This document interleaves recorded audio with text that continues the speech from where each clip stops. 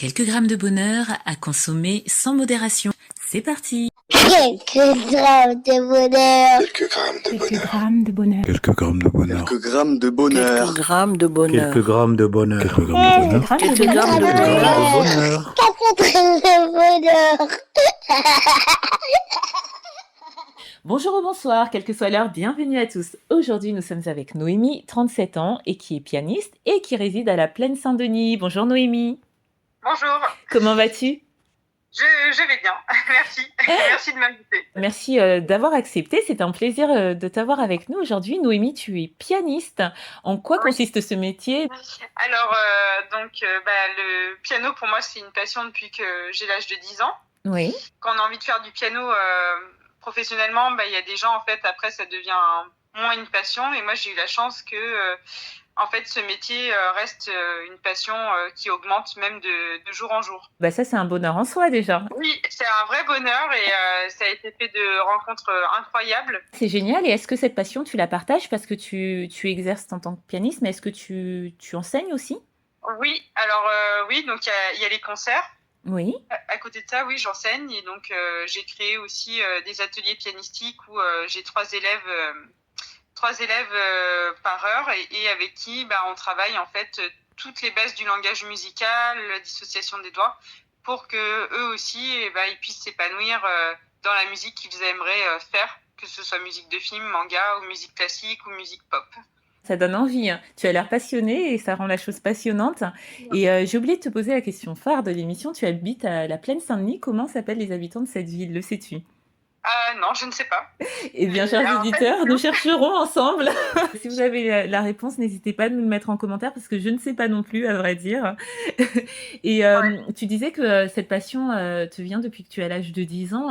Comment as-tu découvert le piano ? Est-ce que c'est par l'intermédiaire de quelqu'un, en regardant quelque chose ? Alors en fait, donc oui, j'ai commencé le piano à 10 ans. En fait, moi, je viens pas d'une famille de musiciens. Voilà, je viens de la classe moyenne. Mon père était artisan. Ma mère était éducatrice spécialisée. Oui. Donc voilà, donc la musique, après, ils avaient une culture musicale.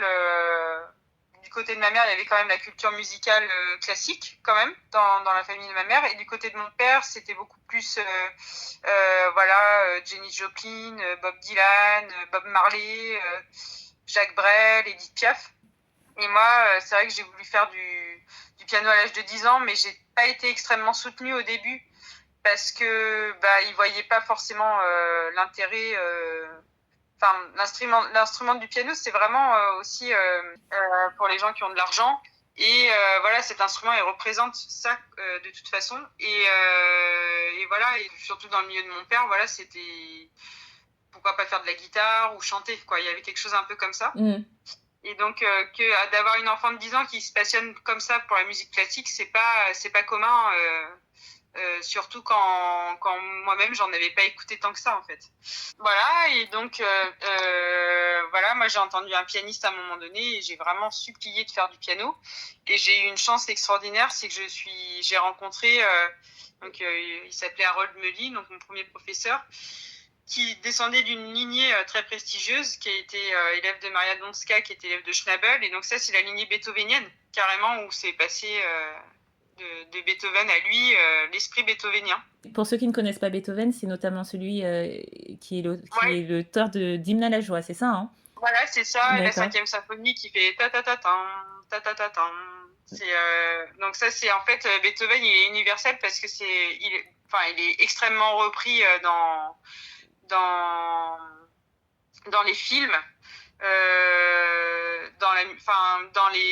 Même dans du rap, il est repris un peu partout, quoi. Dans les pubs. Vraiment, lui, il a réussi à s'infiltrer partout, en fait. La musique, elle est partout, elle est vraiment omniprésente, donc même si on connaît pas le nom, on connaît sa musique. Ça, c'est quasiment obligé.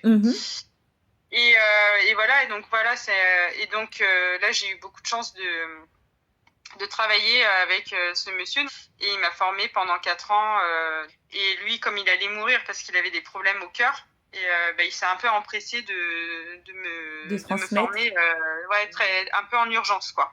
Donc ça a été pas facile tout le temps, mais voilà. Et après, je suis rentrée au conservatoire un peu plus tard. Donc l'enseignement là-bas m'a pas vraiment correspondu parce que moi j'avais l'habitude aussi d'avoir cette relation privilégiée. Oui. Et donc après, j'ai rencontré un autre grand pianiste à 23 ans. Et là, vraiment, pour réussir, j'ai dû me mettre à travailler 10 heures par jour. Je suis vraiment investie et impliquée totalement pendant ces 4 années. Mais malheureusement, ou heureusement, c'est toujours la question, c'est que je me suis blessée au bras droit parce que ma constitution physique pouvait pas permettre un tel entraînement. D'accord. Et c'est là que j'ai rencontré un chanteur 2 fois de suite dans un train qui s'appelle Antoine Sicot, qui est vraiment qui est connu aussi dans son milieu parce qu'en fait il a la voix, ils sont que 3 en Europe, mais avoir la voix la plus grave, qui peut vraiment une voix très très grave qui peut descendre je sais plus à quelle note, mais c'est assez hallucinant. Et donc en fait lui il est devenu chanteur grâce à cette voix là. D'accord. Quand je l'ai rencontré, il m'a dit il faut absolument que tu te renseignes sur l'enseignement Marie-Jaël, chose que j'ai faite. Et Marie-Jaël, c'est une femme vraiment incroyable qui est née en 1846, qui est décédée en 1925. Et en fait, elle a fait une grande carrière. Au début, elle était enfant prodige. Donc voilà, c'est des enfants qui ont des petits à 7-8 ans, ils faisaient déjà des concerts d'1 heure devant plein d'adultes qui jouaient des choses très compliquées. Et elle a commencé à faire des recherches sur le toucher pianistique, donc ça touche vraiment au corps, où elle a développé l'intelligence de la main, mais vraiment à très très haut niveau. Il y a des photos, on peut regarder sur internet de Marie-Jaël, des photos de ses mains, c'est quasiment des sculptures. Donc elle a fait toutes ses recherches sur le toucher avec un scientifique de son époque qui s'appelait Charles Ferré. Et en fait son enseignement même il est basé sur les neurosciences actuelles. Elle était précurseur, elle avait vu déjà tout. Et donc voilà, et elle a fait un travail monumental là-dessus, et elle est tombée dans l'oubli parce que c'était une femme. Et donc il y a eu une transmission d'une personne à une personne, et en fait aujourd'hui, je vais mettre ça entre guillemets, c'est que je suis quasiment la seule héritière de cet enseignement-là. D'accord. Voilà. Et donc je suis venue sur Paris il y a maintenant 7 ans, mais j'avais commencé la formation avec mon maître Irakli Avaliani il y a 9 ans. Et là, il m'a demandé de plus du tout faire de concert et de lui faire confiance et de travailler avec lui cet enseignement-là, qui était complètement une autre façon de faire du piano. Et grâce à lui, j'ai pu régler mon problème de bras droit. J'ai plus de douleur aujourd'hui. Wow. Donc grâce à lui et grâce à Marie-Jaël, parce que c'est elle qui avait trouvé les systèmes pour individualiser les doigts. Et souvent quand on a mal dans un bras ou qu'on a une tendinite ou même plus grave, c'est que les doigts ne sont pas dissociés dans le cerveau. D'accord. Et voilà, et c'est un peu fou, mais c'est vrai, parce que je l'ai expérimenté. Et donc voilà, donc là ça a été pour moi en fait la plus grande rencontre que j'ai fait c'était une rencontre vraiment incroyable de rencontrer ce pianiste qui est vraiment un jeu hors norme. Voilà. Et donc à l'issue de tout ce parcours, du coup, avec le recul, qu'est-ce que tes parents pensent maintenant que tu es arrivée là où tu es arrivée en tant que Alors malheureusement moi avec ma famille, les relations sont pas très simples. Donc j'ai dû me bâtir seule par la force des poignets. J'ai été soutenue quand même plus par mon père, mais il y a des familles des fois où le dialogue n'est plus possible, donc voilà. Mais oui, après, je pense que même si nous sommes pas, on n'est pas vraiment en bon terme, je pense que quand même au fond d'eux, ils doivent être très contents de voir mon parcours et de voir ce que je fais. Je pense que quand même il y a ça. En tout cas, c'est ce que je souhaite. Et alors, on parlait de Beethoven, d'hymne à la joie, transition facile, joie, bonheur. Est-ce que ton bonheur a un lien avec tout ce que tu viens de nous décrire ? Oui, alors moi, en fait, j'ai voulu faire du piano pour faire du Beethoven, parce que j'ai jamais été vraiment passionnée par le piano lui-même. Et c'était cette musique, justement, je pense que jeune, j'ai pas eu une vie très facile, et je pense que Beethoven, je me suis vraiment sentie comprise par sa musique en fait. Et ça c'est marrant parce que quand personne nous comprend réellement, moi j'avais 10 ans, et quand j'avais entendu La Passionata, qui est une œuvre vraiment incroyable, et quand j'ai entendu La Passionata, j'avais l'impression qu'il décrivait vraiment mes ressentis intérieurs. Wow. Et ça, c'est une expérience rare. Et en fait, et là, je me suis dit, c'est ça que je veux absolument faire toute ma vie, c'est pouvoir jouer ce message-là, en fait. Et je pense que dans la musique de Beethoven, il y a tout déjà. C'est qu'il y a une gravité, mais il y a aussi beaucoup d'humour, il y a de la joie, il y a aussi un peu de romantisme, mais pas tellement, mais il y a une authenticité, en fait, chez lui, qui est extrême. Et moi, ça m'a vraiment bouleversée petite. Et en fait, tout mon parcours, j'ai voulu rencontrer des gens qui me forment pour pouvoir que j'accède à cette musique, en fait. Ça a été une obsession. Et donc, quand j'ai rencontré Irakli Havayani, mon maître, et puis ensuite j'ai rencontré un professeur d'harmonie. Donc ça, c'est l'étude du langage. Donc c'est vraiment comme si on étudiait la grammaire, la conjugaison de la musique, en fait. Là, c'est ma 7e année avec lui, et là j'ai pu vraiment décortiquer, savoir la pensée de Beethoven, comment il avait construit sa musique. Et ça m'a vraiment passionnée. Donc j'ai trouvé des personnes qui me rendent l'accès beaucoup plus facilement. Et ça, ça a été une joie énorme de rencontrer ces musiciens pour pouvoir, moi, faire ce que j'avais envie de faire. C'est un bonheur très particulier, parce que ton bonheur, c'est Beethoven, si on pouvait résumer. Voilà, c'est particulier, ouais. Et ce qui est riche, je trouve, de sens et de découverte dans ton bonheur, c'est que ça a trait à beaucoup de choses, notamment l'art, parce que c'est vrai qu'on pense que l'art appartient à une élite, parfois à tort, on pense ça, beaucoup de gens le pensent, souvent à des adultes, que c'est accessible aux adultes, alors que là, non, là, avec ton bonheur, on voit que l'art universel, qui peut toucher pas quelqu'un, mais une âme, parce que là, tu étais une enfant de 10 ans, et en plus, c'est fort ce que tu dis, que tu t'es sentie comprise, tu t'es sentie touchée, et tout à l'heure, tu disais aussi que Beethoven est connu, puisque c'est repris même jusqu'à aujourd'hui. C'est quelqu'un qui a composé il y a des années, des siècles, et en fait, une émotion traverse le temps, une émotion... on ne sait pas vraiment l'intention qu'il avait mis en composant certains morceaux, mais en tout cas, c'est arrivé jusqu'à toi, et c'est un peu magique, même spirituel. Et c'est fou, et ça t'a porté jusqu'à ce que tu es aujourd'hui, en fait.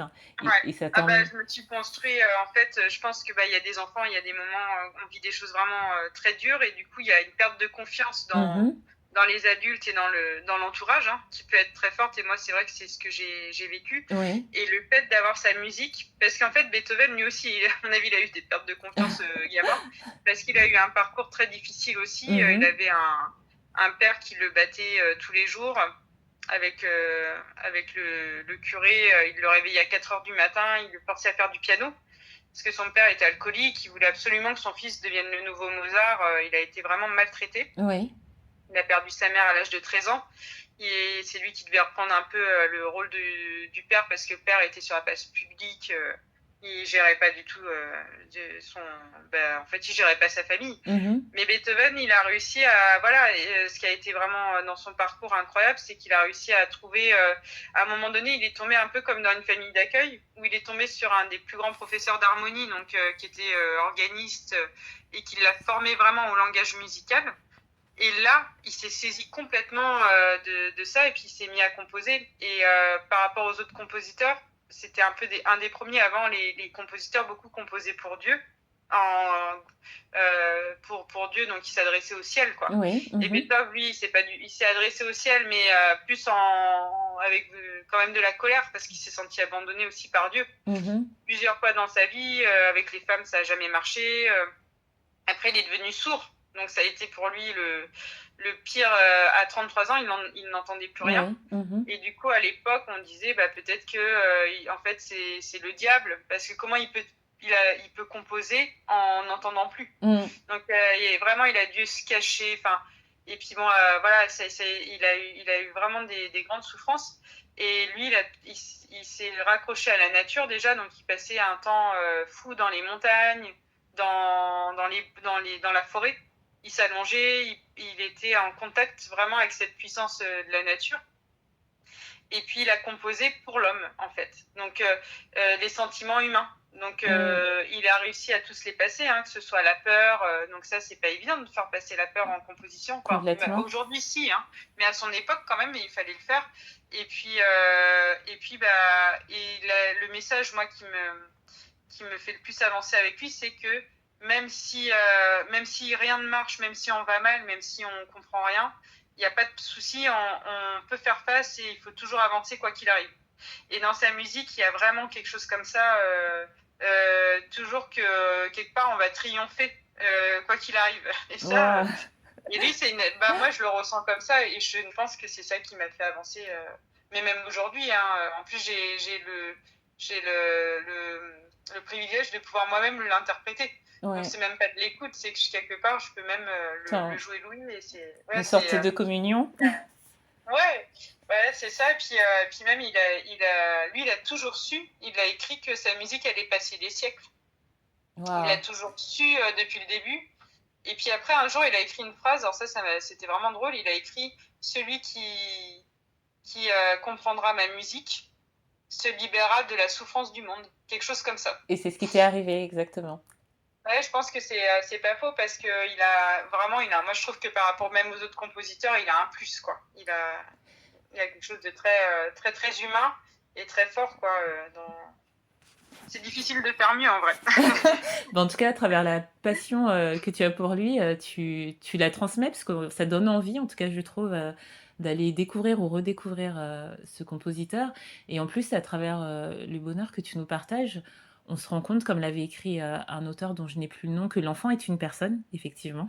Oui, voilà, et qui vit des choses intérieures qu'on ne comprend pas forcément et que si on peut, pourquoi ne pas aller essayer de les chercher et de les comprendre. Mais aussi, on voit aussi que, comme tu l'as très joliment dit, que quand rien ne va, on peut toujours trouver quelque chose à quoi s'accrocher pour continuer d'avancer et que ça nous mènera quelque part où on trouvera peut-être enfin une certaine plénitude, une certaine sérénité et qu'on atteindra un certain but. Et ça, c'est extrêmement fort ce que tu dis. Et tout ça à travers là, ça donne aussi envie de s'ouvrir à l'art. Enfin, ton bonheur donne envie de s'ouvrir à beaucoup de choses. Voilà, on est tourné vers l'ouverture. Et je te remercie pour ça. Je te remercie parce que c'est très joli, aussi joli qu'une composition de Beethoven, certainement. J'espère en tout cas que si tu as un autre bonheur à nous conter ou à nous raconter ou à nous jouer, tu n'hésiteras pas à revenir parce que ce sera avec un vrai plaisir que je te recevrai à nouveau. Merci beaucoup. En tout cas, oui, avec plaisir. Vraiment. Merci. Et Noémie, du coup, tu nous as aussi donné envie de t'entendre. Est-ce que, enfin, en guise de générique, à la place du générique habituel, on pourrait mettre quelque chose de toi? Tu as quelque chose à nous proposer? Oui, justement, on pourrait mettre le clair de lune de Beethoven, donc le premier mouvement. Donc c'est une sonate qui est extrêmement connue et qui en général plaît beaucoup, où il y a une gravité et une beauté profonde. Donc je vous laisse écouter. Ah c'est génial, avec joie. Donc tout à l'heure on se quittera avec ça, super. Et en tout cas je te souhaite de garder cette passion qui t'anime, qui donne envie d'aller vers toi et peut-être pourquoi pas vers tes cours ou aller t'écouter même. En tout cas ça m'a donné envie à moi et je te souhaite de prendre un grand soin de toi, surtout un grand soin de tes mains qui sont ton outil de travail aussi. et de cette vitalité, de cette joie de vivre qu'on peut entendre en tout cas maintenant. Merci beaucoup en tout cas, merci de me recevoir et puis puis de comprendre aussi. Comme c'est un peu particulier, c'est vraiment un bonheur aussi pour moi. Et écoute, je te dis à très bientôt. Au revoir, merci. Et n'oubliez pas, vous autres, le bonheur aussi léger soit-il n'est jamais loin. Alors sachez le voir, vous en saisir et l'apprécier. À bientôt.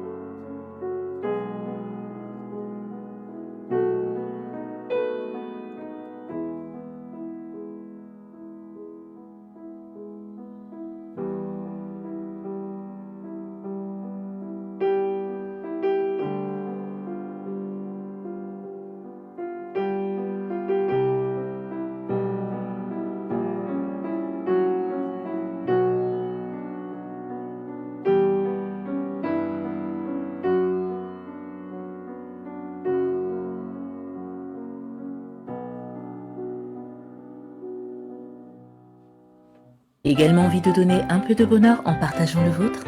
N'hésitez pas à me contacter au 07 52 98 36 92 ou alors sur l'adresse mail quelquesgrammesdebonheur@gmail.com. À très vite